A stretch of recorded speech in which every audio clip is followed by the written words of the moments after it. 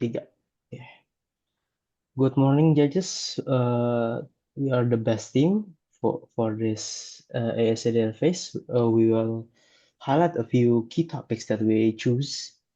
That topic is being the correlation between repeat visitors and diagnosis, and also the correlation between visiting and transportation.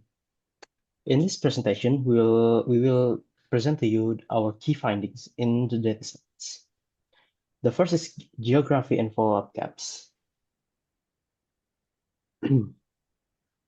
Geographic disparities and transportation barriers are a primary driver of how a journey begins. By analyzing encounter types across most active census tracts, we identified significant access gap. Certain tracks, such as 20177,500, shows a high system utilization with almost zero emergency department, suggesting stable access to outpatient care. In contrast, tracks like 201773603 exhibits a high proportion of ED strats.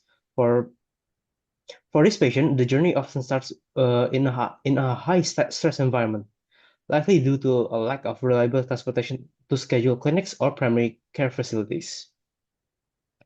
Next is we discovered that over 800,000 encounters less than 24 hours. This high frequency of ultra short visits indicates that the system is optimized for quick throughput rather than extended care management.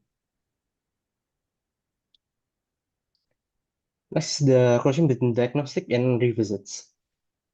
There is a high correlation between ED visits and observation status. Patients entering through the ED are frequently kept for observation without being formally admitted. This creates a starting journey where the patient receives a repeated testing, but lack of definitive inpatient resolution. The distribution of total visits per patient histogram shows a heavy long tail. While most patients have less than 50 visits, there are a small population reaching 100 to 500 visits. We see that if a patient is in observation, they have a much higher likelihood of being in an ED visit. Next, we will be continued by my friend.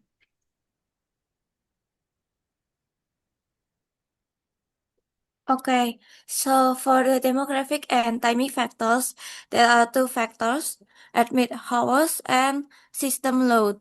So for admit hour happens when a patient birth years are fairly consistent across all 24 hours.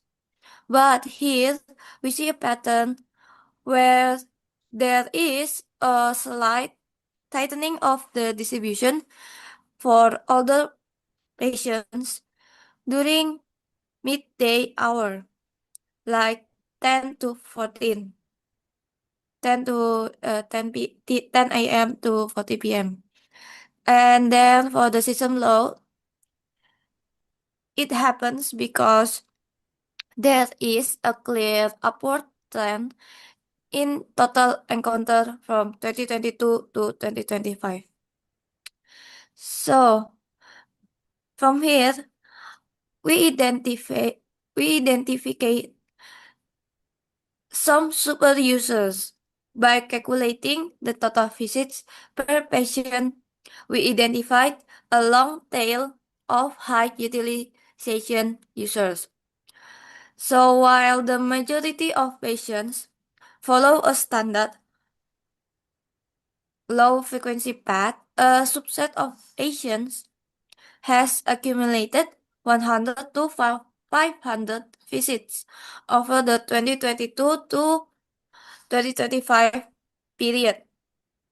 The frequency of these visits, combined with the high percentage of short duration stays, suggests these patients are circling the system.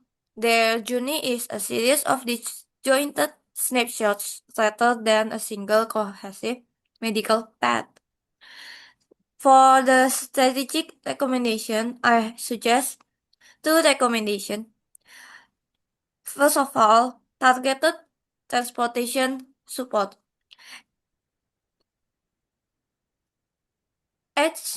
SSVH should implemented mobile clinics or shuttles subsidized for high ED tracks to shift their journey entry points towards scheduled primary care.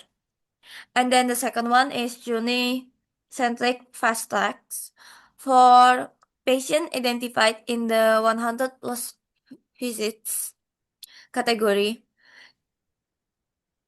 SSVH should bypass the repeated observation phase and assign a dedicated case manager to ensure longitudinal continuity across appointments.